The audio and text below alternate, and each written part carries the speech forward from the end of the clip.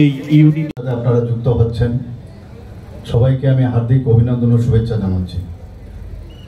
এর যে মেইন উদ্দেশ্য আমরা সবাই জানি যে মাননীয় প্রধানমন্ত্রীজি চাইছেন যে আমাদের যারা ইউথ আছে, আগামী দিনের যারা প্রজন্ম, তাদের মধ্যে যে ঐক্য, দেশপ্রেম এবং যে নাগরিকের যে দায়িত্ববোধ, সেই চেতনাকে উদ্বুদ্ধ করার জন্য, পাশাপাশি সর্দার বল্লভভাই প্যাটেলের প্রতি সম্মান জানানোর উদ্দেশ্য নিয়েই এই অভিযানের পথ চলা। আমাদের তরুণদের প্রতি আহ্বান জানানো এক ভারত এবং আত্মনির্ভর ভারত, এই আদর্শকে তাদের খালি কথায় কথায় যেন না হয়, সেটা তার দৈনন্দিন জীবনে এবং সামাজিক কর্মকাণ্ডের সাথেও যেন যুক্ত করা যায়। সর্দার বল্লভভাই প্যাটেল আমরা সবাই জানি, যিনি স্বাধীনতার পর দেশের যে একতা ও অখণ্ডতা রক্ষার ওনার মুখ্য ভূমিকা এবং এক ভারত গড়ে তোলার ক্ষেত্রে ওনার যে অবদান, সেটা অনস্বীকার্য।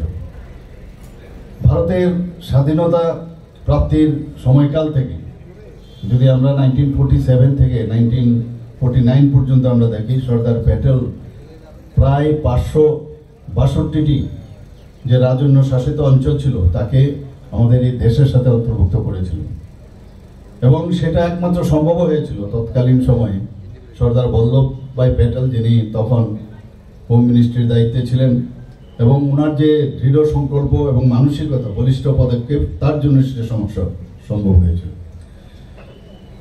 সর্দার বল্লভভাই প্যাটেল দেশের যে একতা ও সংহতির যে আমি বলতে পারি যে এটা আমাদের জন্য একটা প্রতীক। এটা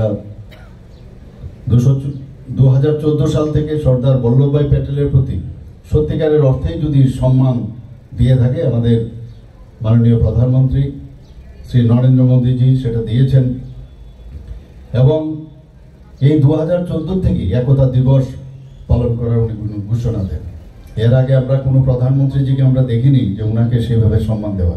আমাদের বীর যোদ্ধা যারা দেশের জন্য প্রাণ বলিদান হয়েছেন, দেশের জন্য কাজ করেছেন, মাননীয় প্রধানমন্ত্রীজি সবাইকেই সেভাবে কিন্তু সম্মান দিয়েছেন। একের পরে আমাদের একতা ও অখণ্ডতা রক্ষায় সর্দার বল্লভভাই প্যাটেলের প্রতি শ্রদ্ধা জানানোর লক্ষ্য নিয়ে 2014 সালে আমরা রান ফর ইউনিটির সূচনা আমরা করেছিলাম।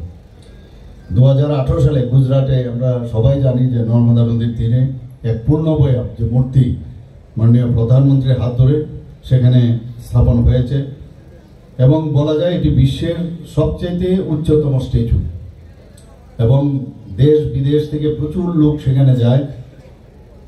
এবং এর যে মূল উদ্দেশ্য সেটা হচ্ছে আমরা দেশের প্রতি যে আমাদের দেশাত্মবোধের ভাবনা, সেটা জাগ্রত করা, দেশকে আরো শক্তিশালী করা এবং সমৃদ্ধ ভারত যাতে গড়তে পারি সেই নিয়ে দেশপ্রেমে আমাদের উদ্বুদ্ধ করা।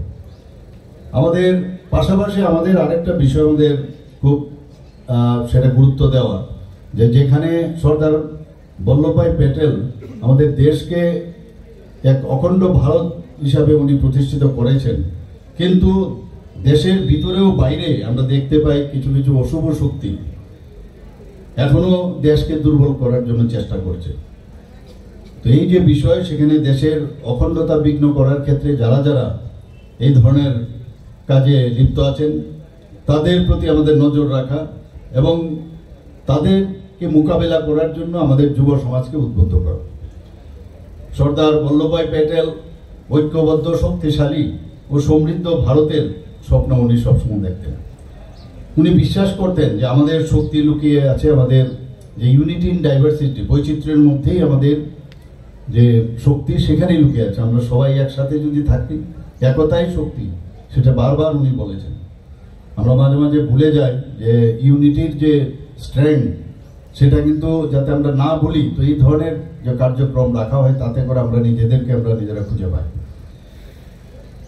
দেশীয় যে রাজ্যগুলো আছে সেগুলো আমরা যেটা বললাম ঐক্যবদ্ধ করে শক্তিশালী অখণ্ড ভারতবর্ষের গঠন, ওনার কারণে সেটা সম্ভবপর হয়েছিল।